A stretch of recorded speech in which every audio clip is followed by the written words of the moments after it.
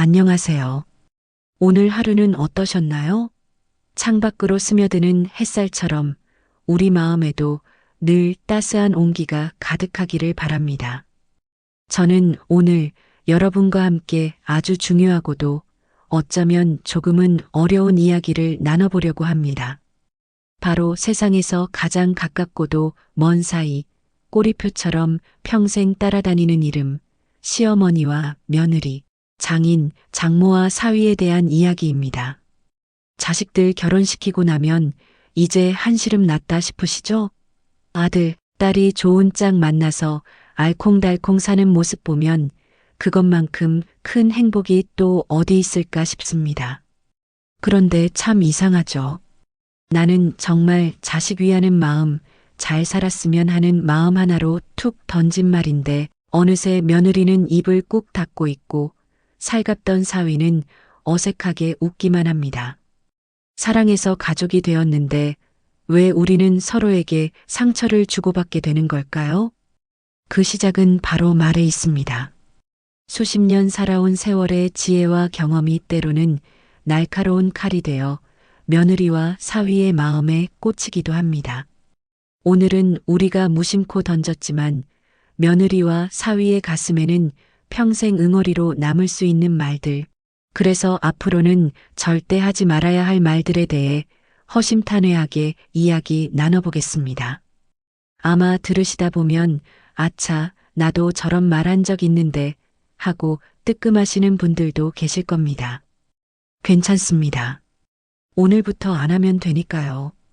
우리 함께 행복한 가족관계를 만드는 지혜를 배워보는 시간, 지금 시작하겠습니다.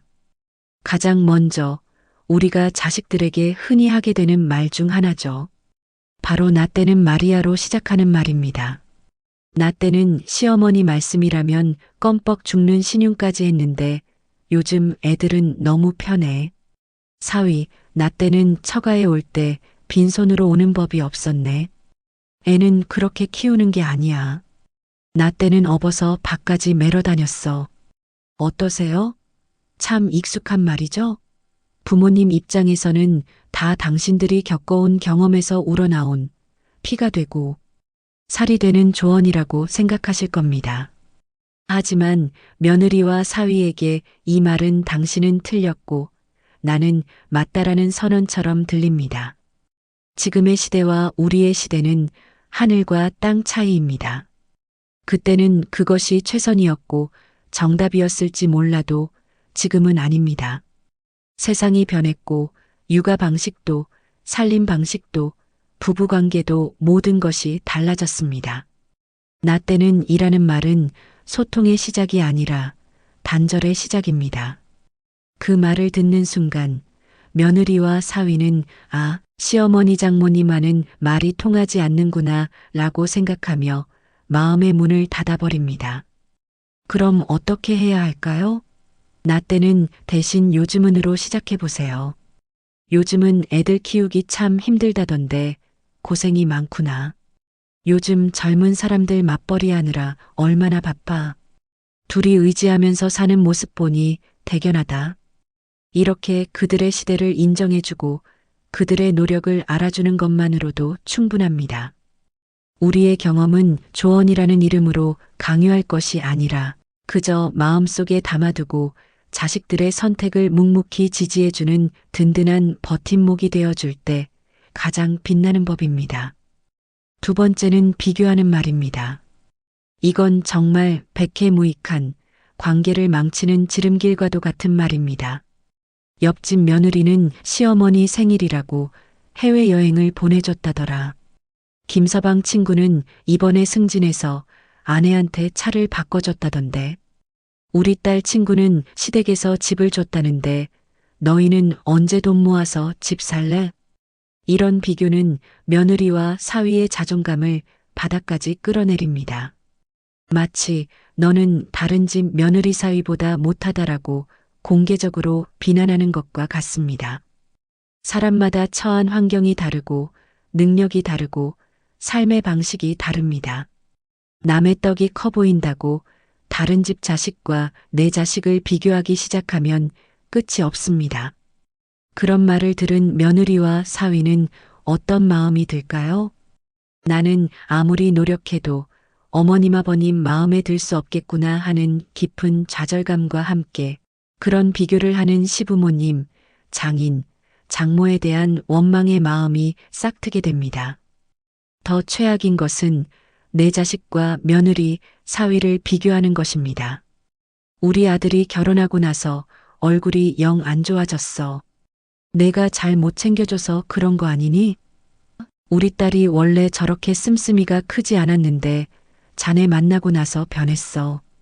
이 말은 모든 문제의 원인을 며느리와 사위에게 돌리는 아주 잔인한 말입니다. 내 자식은 귀하고 내 자식의 배우자는 그 귀한 자식을 힘들게 하는 사람으로 만들어버리는 거죠. 기억하세요. 며느리도 사위도 누군가의 집에서는 눈에 넣어도 아프지 않을 귀한 자식입니다. 결혼을 했다는 것은 내 아들, 내 딸의 부족한 점을 채워주고 함께 인생을 걸어갈 동반자를 만났다는 의미입니다. 그러니 비교는 금물입니다. 대신 그들 자체를 칭찬해 주세요. 아범, 자네가 있어서 우리 딸이 저렇게 밝게 웃는 걸 보니 참 고맙네. 얘야, 내가 우리 집에 시집 와서 집안 분위기가 환해졌어. 복덩이가 들어왔다. 이렇게 칭찬하고 인정해주면 누가 더 잘하라고 시키지 않아도 알아서 더 잘하게 된답니다. 그게 사람 마음입니다. 세 번째는 자식들 부부의 영역을 침범하는 말입니다. 특히 돈 문제, 그리고 둘만의 사생활에 대한 언급은 정말 조심해야 합니다. 너희 둘이 합쳐서 한 달에 얼마 버니? 이번에 받은 성과급은 어떻게 할 거니? 저축해야지. 아직도 소식 없는 거니? 둘째는 언제 가질 생각이니? 아무리 부모라도 자식 부부의 경제 계획이나 가족 계획에 대해 이래라 저래라 할 권리는 없습니다. 그들 스스로 계획하고 책임져야 할 그들만의 인생입니다. 걱정되는 마음에 한두 마디 거들고 싶으시겠지만 그 순간 간섭이 되어버립니다. 그런 질문을 받는 며느리와 사위는 자신들의 삶을 존중받지 못한다고 느끼게 됩니다. 마치 아직도 부모에게 허락받고 검사받아야 하는 어린아이 취급을 받는 것 같아 불쾌감을 느끼게 되죠. 특히 자녀 계획에 대한 압박은 정말 해서는 안 될 말입니다. 요즘 젊은 부부들, 아이를 갖는 것이 얼마나 어렵고 힘든 일인지 모릅니다. 경제적인 문제, 건강상의 문제, 수많은 고민 끝에 어렵게 결정을 내리거나 혹은 간절히 원해도 갖지 못해 속으로 눈물 흘리는 부부들이 많습니다. 그런데 거기에 대고 왜 아이 안 갖냐? 누구는 벌써 둘째 낳았다더라 하는 말은 그들의 아픈 상처에 소금을 뿌리는 것과 같습니다. 그저 묵묵히 기다려주세요. 그리고 믿어주세요. 내 아들, 딸과 그 배우자가 세상에서 가장 현명한 방법으로 자신들의 인생을 꾸려나가고 있다는 것을요. 도움이 필요하면 그들이 먼저 요청할 겁니다. 그때까지는 너희 둘이 알아서 잘 살겠지만 혹시라도 힘들거나 도움이 필요하면 언제든 얘기하렴. 이 한마디 따뜻한 말로 충분합니다. 그것이 바로 어른의 품격이고 지혜입니다. 네 번째는 외모나 살림에 대한 지적질입니다. 이것 또한 선의를 가장한 폭력일 수 있습니다. 집에 방문해서 얘야, 집이 이게 뭐니? 좀 치우고 살지. 국이 좀 짜다. 이건 이렇게 하는 게 아닌데. 사위, 얼굴이 왜 이렇게 상했어? 우리 딸이 밥은 잘 챙겨주나? 어떠세요? 다 걱정해서 하는 말 같죠? 하지만 듣는 사람은 잔소리, 비난으로밖에 들리지 않습니다. 맞벌이 하느라, 아이 키우느라 눈코 뜰 새 없이 바쁜 며느리에게 집이 더럽다는 말은 너는 게으른 며느리다라는 낙인처럼 들립니다. 정성껏 차린 음식 앞에서 맛을 지적하는 것은 그 사람의 노력과 성의를 무시하는 행동입니다. 사위 앞에서 우리 딸이 밥은 잘 챙겨주나? 라고 묻는 것은 사위의 건강을 걱정하는 것이 아니라 우리 딸이 너 때문에 고생한다는 의미를 교묘하게 전달하는 것과 같습니다. 특히 외모에 대한 지적은 더욱 조심해야 합니다. 얘야, 너 살이 좀 쪘다. 관리 좀 해야겠다. 화장도 좀 하고 다녀. 너무 꾸미지 않는 것도 문제야. 며느리도 사위도 다 한 명의 여성이고 남성입니다. 외모에 대한 평가는 누구에게나 예민한 문제입니다. 시부모님, 장인, 장모에게 그런 말을 들으면 얼마나 위축되고 상처받겠습니까? 그 대신 칭찬과 격려의 말을 건네보세요. 일하랴 살림하랴 힘들 텐데 이만큼 하는 것도 대단하다. 애썼다, 우리 딸. 어휴, 이렇게 맛있는 걸 차리느라 얼마나 고생했어. 정말 맛있게 잘 먹을게. 고맙다. 자네, 요즘 일이 많이 힘든가 보구먼. 힘들수록 잘 챙겨 먹고 건강이 최고야. 같은 말이라도 이렇게 따뜻하게 건네면 관계는 눈 녹듯 부드러워집니다. 부족한 점을 지적해서 사람을 바꾸는 것이 아니라 잘하는 점을 칭찬하고 격려할 때 사람은 더 좋은 방향으로 성장하는 법입니다. 5번째는 우리 아들, 딸 불쌍하다는 식의 편 가르는 말입니다. 부부싸움은 칼로 물베기라는 말이 있죠. 젊은 사람들 살다 보면 다투기도 하고 토라지기도 하는 법입니다. 그런데 그 사이에 부모가 끼어드는 순간 문제는 걷잡을 수 없이 커집니다. 아들이나 딸에게서 배우자와 다퉜다는 이야기를 들었을 때 덜컥 세상에 어떻게 너한테 그런 말을 할 수가 있어? 내가 만나서 따끔하게 한마디 해줘야겠다. 혹은 에휴, 우리 아들, 딸 불쌍해서 어떡하니? 저런 사람이랑 결혼시켜서 내가 죄인이다. 이런 반응을 보이시는 순간 돌이킬 수 없는 강을 건너게 됩니다. 이 말은 며느리와 사위를 내 자식의 적으로 규정하는 말입니다. 너 때문에 내 귀한 자식이 고생한다는 메시지를 명확하게 전달하는 거죠. 그렇게 되면 며느리와 사위는 시댁과 처가에 완전히 등을 돌리게 됩니다.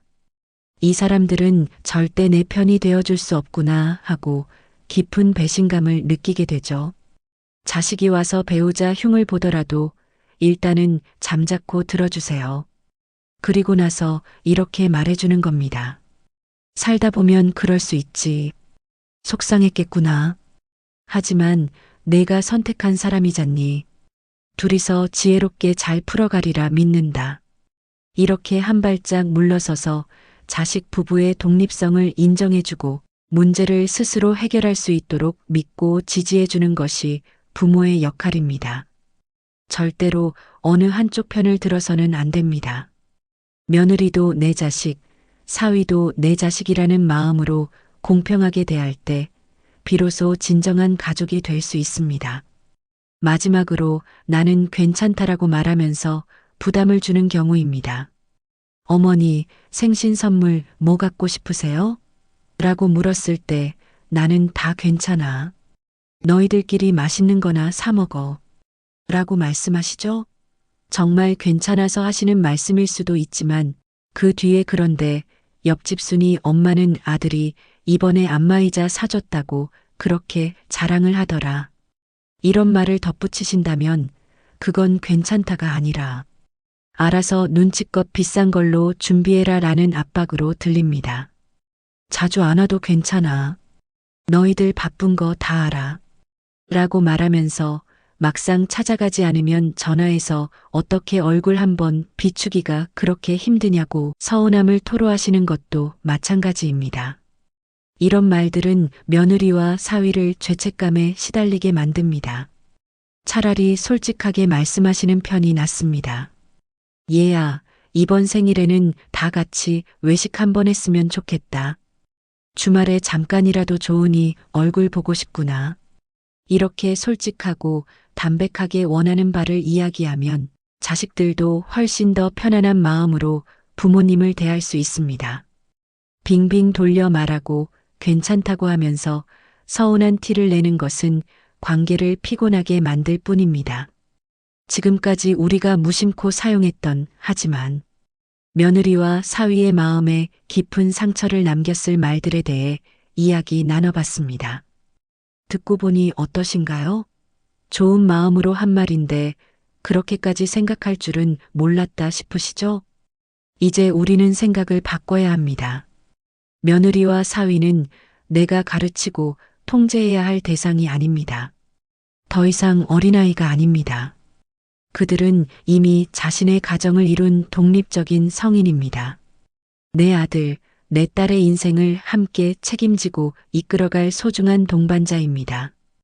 우리가 해야 할 일은 그들의 삶에 시시콜콜 간섭하고 평가하는 것이 아니라 그저 한 발짝 뒤에서 묵묵히 응원하고 지지해주는 것입니다. 그들이 지치고 힘들 때 언제든 기댈 수 있는 크고 편안한 나무가 되어주는 것입니다.